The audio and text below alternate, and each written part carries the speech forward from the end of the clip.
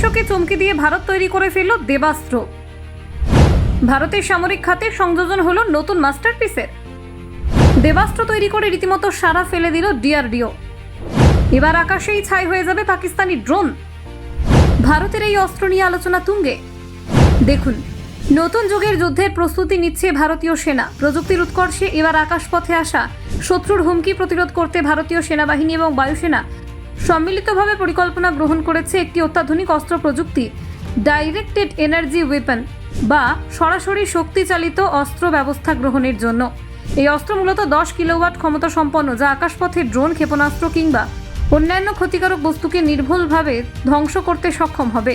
Directed energy weapon এমন এক প্রযুক্তি যেখানে কোনো বস্তুতে শারীরিক সংঘর্ষ না করে শক্তির রশ্মি বা তরঙ্গ প্রেরণ করে সেটিকে ধ্বংস বা নিষ্ক্রিয় করা যায়।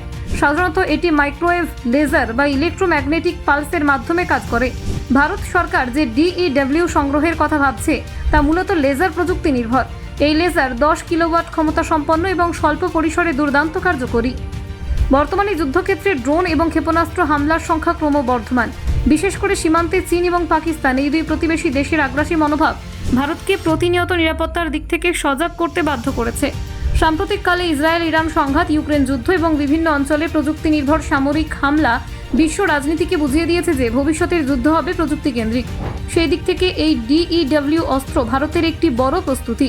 ভারতের প্রতিরক্ষা সূত্র অনুযায়ী এই অস্ত্র মূলত নিম্ন ও মধ্যম উচ্চতায় থাকা শত্রু ড্রোন, UAV, ক্ষেপণাস্ত্র এবং স্যাটেলাইট সংযোগে থাকা উপাদানগুলিকে লক্ষ্য করে ধ্বংস করার জন্য ব্যবহার করা হবে। এই প্রযুক্তি মোতায়েন করা হবে সীমান্তবর্তী এলাকা, বিশেষত পূর্ব লাদাখ, সিকিম এবং অরুণাচল প্রদেশের মতো স্পর্শকাতর অঞ্চলে। এই প্রকল্পের বাস্তবায়নে defence research and development organisation একটি বিশেষ ভূমিকা পালন করবে। DRDO ইতিমধ্যে DEW প্রযুক্তির প্রাথমিক পরীক্ষামূলক সংস্করণ আদিত্য এবং দুর্গা 2 তৈরি করেছে।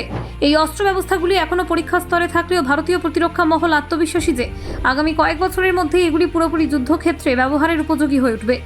DEW অস্ত্রের আরেকটি গুরুত্বপূর্ণ দিক হল এর ব্যবহার সাশ্রয়ী, দ্রুত প্রতিক্রিয়াশীল এবং একেবারেই পরিবেশ বান্ধব। এতে কোনো বিস্ফোরক উপাদান ব্যবহৃত হয় না, ফলে ন্যূনতম পার্শ্ব প্রতিক্রিয়া থাকে এবং এটি সহজে পুনরায় রিচার্জ করা যায়। এর মাধ্যমে একাধিক শত্রু লক্ষ্যকে ধারাবাহিকভাবে আঘাত করা সম্ভব। এই DEW প্রযুক্তি ইতিমধ্যে যুক্তরাষ্ট্র, রাশিয়া, চীন এবং ইসরায়েলের মতো দেশগুলি গ্রহণ করেছে। ভারত এই প্রযুক্তিকে স্বদেশে উন্নয়ন এবং আত্মনির্ভরতার পথে একটি বড় পদক্ষেপ হিসেবে দেখছে। প্রতিরক্ষা ক্ষেত্রে মেক ইন ইন্ডিয়া প্রচেষ্টার অংশ হিসেবে ভারত এই 10 কিলোওয়াটের DEW অস্ত্র ব্যবস্থা প্রবর্তন করছে।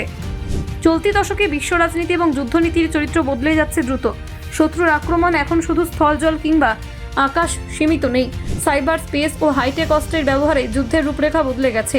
এই অবস্থায় ভারতীয় সেনা এবং বায়ুসেনার এই DEW প্রযুক্তি গ্রহণ নিঃসন্দেহে জাতীয় নিরাপত্তায় এক যুগান্তকারী পদক্ষেপ।